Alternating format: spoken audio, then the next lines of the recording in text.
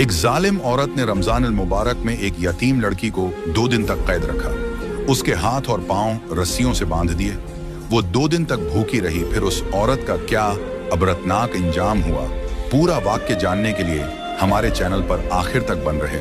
और अगर वीडियो पसंद आए तो हमारे चैनल को लाइक और सब्सक्राइब करें और हमारी फैमिली का हिस्सा जरूर बने। रमजान का मुबारक महीना था, लेकिन रमशा के लिए यह महीना भी आम दिनों से अलग नहीं था। वह 20 साल की एक खूबसूरत मगर बेबस और यतीम लड़की थी, जो अपने चाचा के घर में एक बांदी की तरह जिंदगी गुजार रही थी।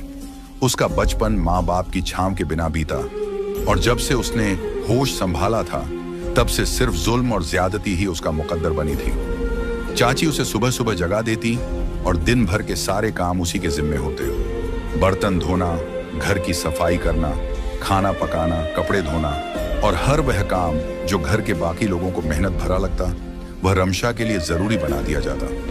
मगर उसने कभी शिकायत नहीं की, न ही किसी के सामने अपनी तकलीफ बयान कर सकी, क्योंकि वह गूंगी थी, एक मासूम और बेबस जान जो सिर्फ अपनी आंखों के आंसुओं से अपना दर्द बयान कर सकती थी। रमजान में भी उसके हालात नहीं बदले, बल्कि सहरी और इफ्तार की जिम्मेदारियों ने उसकी मुश्किलें और बढ़ा दी थी। चाची और चाचा की डांट फटकार, कजिन्स की तानेबाजी और मारपीट, ये सब उसकी जिंदगी का हिस्सा था। लेकिन उसके दिल में एक उम्मीद थी, अल्लाह की रहमत और रमजान की बरकत, कि शायद एक दिन सब कुछ ठीक हो जाएगा। रमजान की पहली सहरी थी। घर में चहल पहल थी, हर तरफ खाने की खुशबू फैली हुई थी। दस्तरख्वान पर तरह तरह के पकवान सजाए जा रहे थे। लेकिन इन सब के पीछे जो हाथ मेहनत कर रहे थे, वे रमशा के थे। वही यतीम, बेबस और गूंगी लड़की, जिसे उस घर में एक नौकरानी से ज्यादा कोई हैसियत नहीं मिली थी। वह चुपचाप अपने काम में लगी हुई थी। परांठे तल रही थी, चाय बना रही थी, खजूरें रख रही थी और सबके लिए सहरी का इंतजाम कर रही थी। चाची और उनकी बेटियां आराम से सहरी के मजे ले रही थीं, खुशियों में मशगूल थीं। लेकिन रमशा के लिए कुछ भी नहीं था। जब सब खा पी कर उठ गए तो चाची ने किचन में जाकर बचा कुचा खाना इकट्ठा किया और रमशा के आगे रख दिया। वह चुपचाप सूखी रोटी के टुकड़ों और बासी चटनी को देखती रही और फिर अपने नसीब पर एक आह भरकर वह खाना खाने लगी। मगर उसने फिर भी कोई शिकायत नहीं की। रमशा की हालत यह थी कि चाची की बेटियों के पुराने और फटे हुए कपड़े ही उसका नसीब थे। जब भी चाची की बेटियां नए कपड़े खरीदती तो अपने पुराने जगह जगह से उधड़े हुए कपड़े रमशा को दे देती। वह कभी जिद नहीं करती, जो भी मिलता पहन लेती।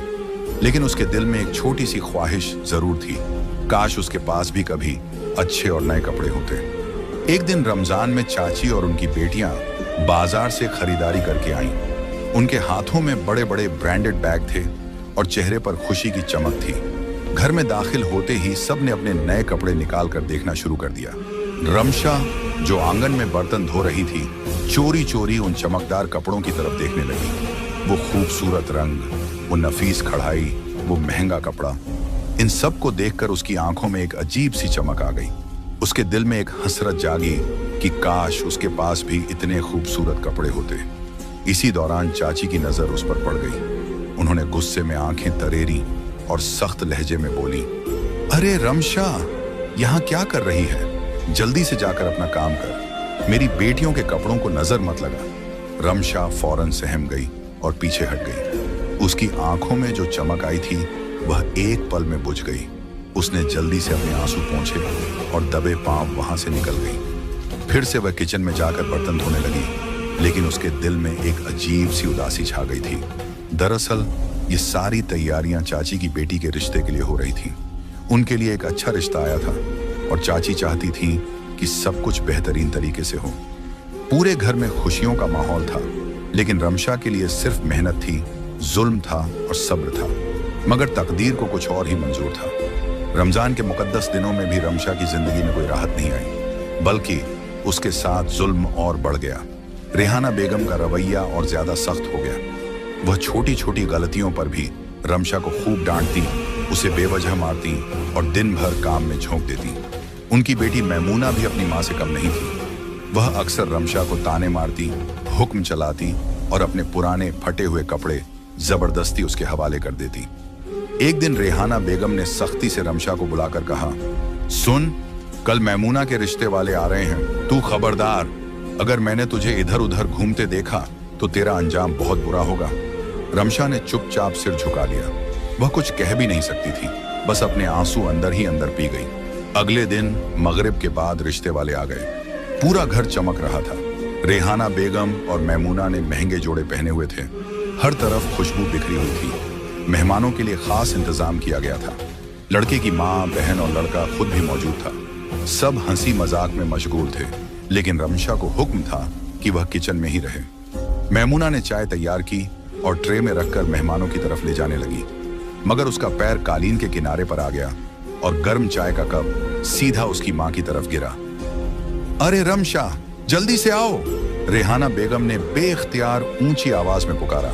यह आदतन कहा गया जुमला था, क्योंकि घर में कोई भी काम हो आवाज रमशा को ही दी जाती थी।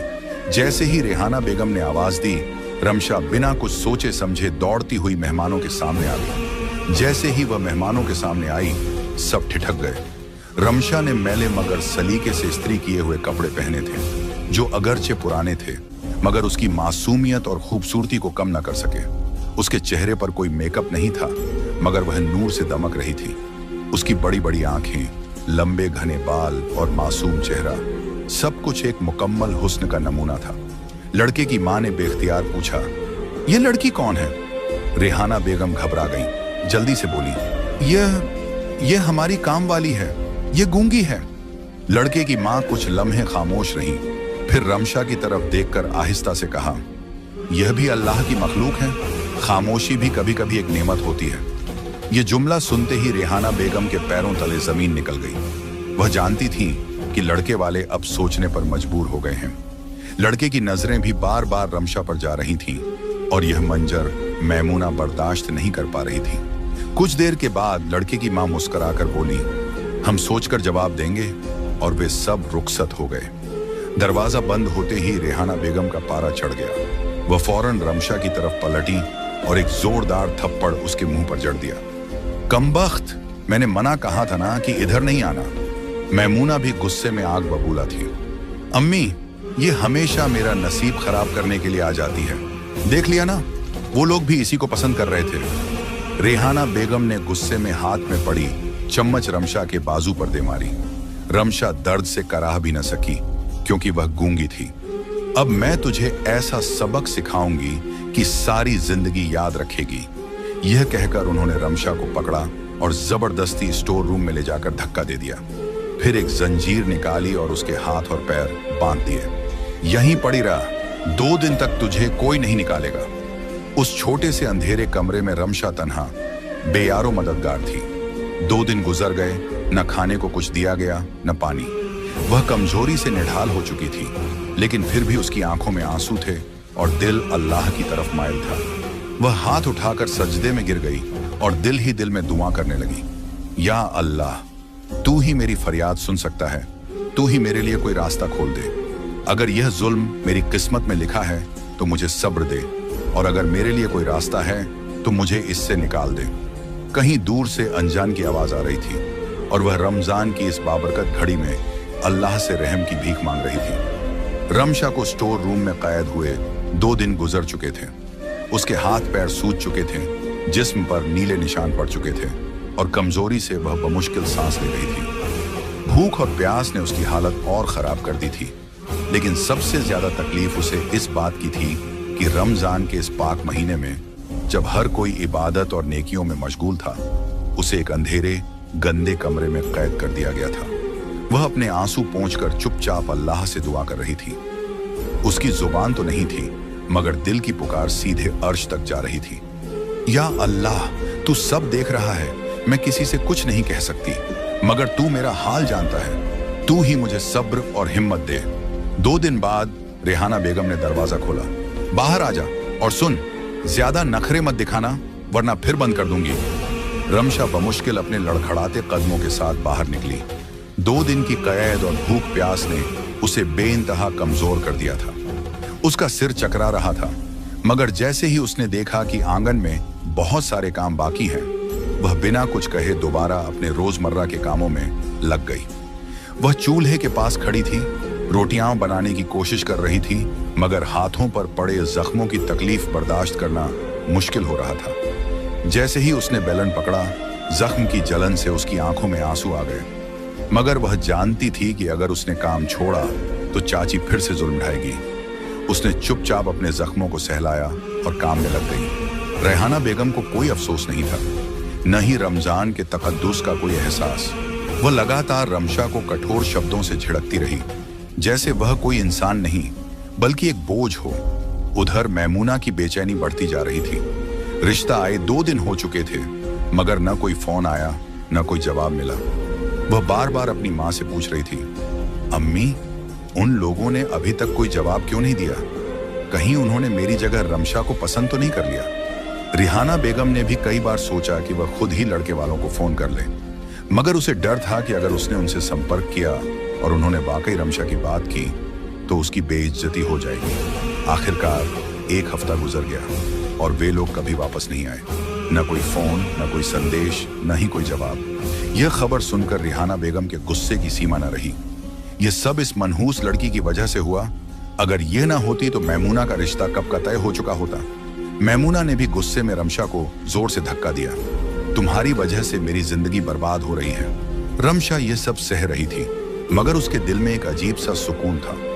वह जानती थी कि जो कुछ भी हो रहा है वह अल्लाह के फैसले के मुताबिक हो रहा है।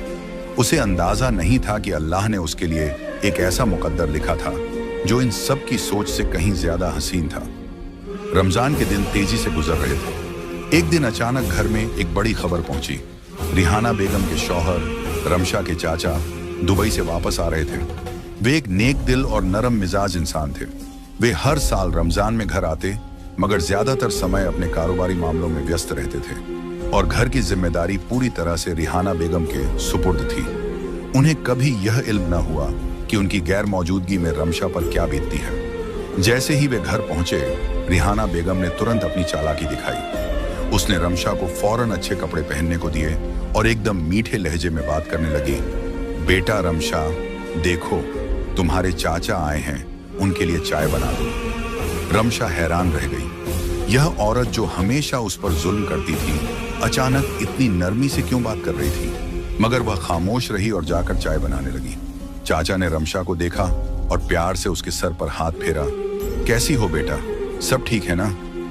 रमशा कुछ बोल नहीं सकी, मगर उसकी आंखों में एक अजीब सा दर्द छुपा था जिसे उसके चाचा महसूस ना कर सके। चंद दिन बाद एक अप्रत्याशित वाकया पेश आया।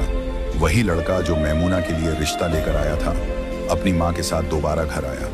रिहाना बेगम एकदम खुश हो गई। उसे लगा शायद वे मैमूना के लिए पक्का हाँ करने आए हैं। वह खुश मिजाजी से उनका स्वागत करने लगी, मगर उसका चेहरा जर्द पड़ गया जब उन्होंने कहा, हमें रमशा के चाचा से बात करनी है। रिहाना बेगम ने हकलाते हुए कहा, जी जी, क्यों नहीं, आप बैठिए, मैं उन्हें बुलाती हूँ। चाचा आ गए और बड़े तपाक से मिले। लड़के की माँ ने बात शुरू की, हम दरअसल आपकी भतीजी रमशा के बारे में बात करने आए हैं। चाचा ने हैरानी से पूछा, रमशा? जी, हमें पता चला कि वह आपकी भतीजी है। हमें बताया गया था कि वह आपके घर में काम करती है, मगर जब हमने गौर किया तो हमें अंदाजा हुआ कि कुछ गड़बड़ है। यह सुनते ही चाचा का चेहरा सख्त हो गया। उन्होंने तुरंत रिहाना बेगम की तरफ देखा, जिनका चेहरा फक हो चुका था। वे कुछ बोल नहीं सकी क्योंकि उनका झूठ बेनकाब हो चुका था। चाचा ने गहरी सांस ली और कहा, रमशा मेरे मरहूम भाई की बेटी है, मेरी अपनी भतीजी। यह बचपन से यतीम है और हमारे साथ रह रही है। यह सुनकर लड़के की माँ की आंखों में हल्की नमी आ गई। वे बोली, हमें अंदाजा हो गया था कि इस मासूम बच्ची के साथ अच्छा सुलूक नहीं हो रहा। हमें उसका दर्द महसूस हुआ और मेरे बेटे ने फैसला किया है कि वह रमशा से निकाह करना चाहता है। यह सुनते ही पूरे घर में सन्नाटा छा गया। मैमूना, जो अब तक अंदर बैठी थी, यह सब सुनकर गुस्से में बाहर आई और चिल्लाकर बोली, क्या आप मेरी जगह इस गूंगी को अपनी बीवी बनाएंगे? रिहाना बेगम ने तुरंत उसे चुप कराने की कोशिश की, मगर चाचा अब सब कुछ समझ चुके थे। उनकी आंखों में गुस्सा था। रिहाना, क्या यह सच है कि तुमने रमशा को घर में नौकरानी बनाकर रखा हुआ था? रिहाना बेगम कुछ बोल न सकी, उसकी जुबान जैसे बंद हो गई थी। लड़के ने आगे बढ़कर कहा, चाचा जी, मैं किसी और से नहीं बल्कि रमशा से शादी करना चाहता हूँ। मुझे उसकी मासूमियत और सादगी पसंद आई है। अगर आप इजाजत दें तो मैं तुरंत निकाह करना चाहूंगा। ये सुनते ही रेहाना बेगम और मेमूना के चेहरों पर हवाइयां उड़ गईं। वो सोच भी नहीं सकते थे कि जिस लड़की को वो नौकरानी बनाकर रखते थे, आज वो उनके मुकाबिल खड़ी हो जाएगी, और वो भी इज्जत के साथ। चचा ने रमशा की तरफ देखा, जो हैरान व परेशान खड़ी थी। फिर उन्होंने एक मुस्कुराती नजरों से कहा, बेटा, ये फैसला तुम पर है। अगर तुम्हें कबूल है तो मैं तुम्हें अपनी दुआ दूंगा। रमशा की आंखों में आंसू आ गए। उसकी पूरी जिंदगी जुल्म व सितम में गुजरी थी, मगर आज अल्लाह ने उसके लिए एक ऐसा दरवाजा खोल दिया था जिसका उसने कभी ख्वाब में भी नहीं सोचा था। चंद दिन बाद रमजान के बाबरकत महीने में वही घर जहां उसके साथ बदतर जुल्म हुआ था, वहीं उसका निकाह हुआ। आज वो इज्जत के साथ उस घर से रुखसत हो रही थी जहां कल तक उसे एक नौकरानी समझा जाता था। अल्लाह ने उसकी दुआओं को सुना और उसके सब्र का सिला दिया। बेशक अल्लाह सब्र करने वालों के साथ है। रमशा के निकाह के चंद माह बाद मेमूना का भी एक अमीर खानदान में रिश्ता तय पा गया। रेहाना बेगम ने अपनी बेटी को बहुत धूमधाम से रुखसत किया।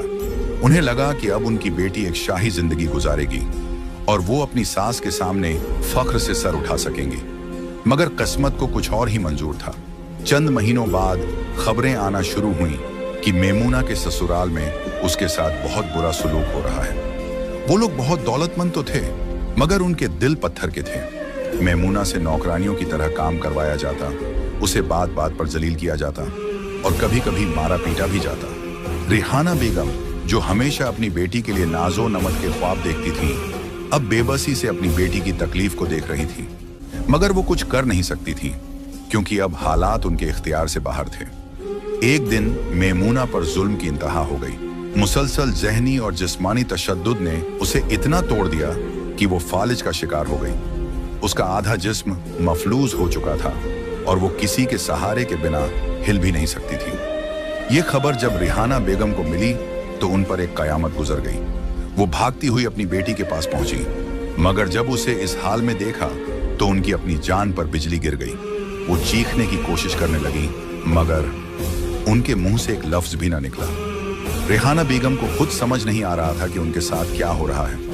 वो बोलने की कोशिश कर रही थी, मगर आवाज उनके गले में कहीं घुट कर रह गई थी। रेहाना बेगम गूंगी हो चुकी थी। जिस तरह उन्होंने यतीम और मजलूम रमशा को हमेशा गूंगी कहकर जलील किया था, आज खुद उनकी जुबान बंद हो चुकी थी। कई दिन गुजर गए। अब रेहाना बेगम अपनी ही बीमारी और बेटी की हालत के सबब अंदर ही अंदर खत्म हो रही थी।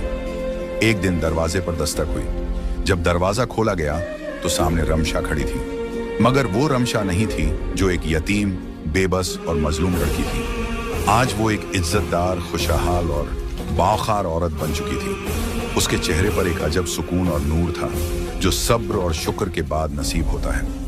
रेहाना बेगम ने जैसे ही रमशा को देखा, उनकी आंखों से आंसू बहने लगे। वो कुछ कहना चाहती थी, कुछ माफी मांगना चाहती थी, मगर जुबान बंद थी। वो जो यतीम बच्ची को गूंगी कहकर ताने देती थी, आज खुद बोलने से कासिर थी। रमशा ने आगे बढ़कर उनके हाथ थामे और आंखों में आंसू भरकर कहा, छी, मैं आपको माफ करती हूँ। रेहाना बेगम ने हिचकियां ली, मगर उनके लब हरकत न कर सके। आंसू ही उनके अल्फाज बन गए। जिस जुल्म का बीज उन्होंने किसी की बेटी पर बोया था, आज वो उनकी अपनी बेटी पर पलट कर आया था। अल्लाह के इंसाफ में देर हो सकती है, मगर अंधेर नहीं। रमशा की जिंदगी खुशियों में बदल गई। वो अपनी नई जिंदगी में इज्जत और मोहब्बत के साथ जी रही थी, और दूसरी तरफ रेहाना बेगम और मेमूना इस दुनिया में ही अपने आमाल का बदला देख रही थी। ये रमजान का महीना था, जब जुल्म करने वाले का हिसाब हो चुका था और सब्र करने वाले का सिला उसे मिल चुका था। बेशक अल्लाह सब्र करने वालों के साथ है और जालिमों को उनके जुल्म का बदला जरूर देता है।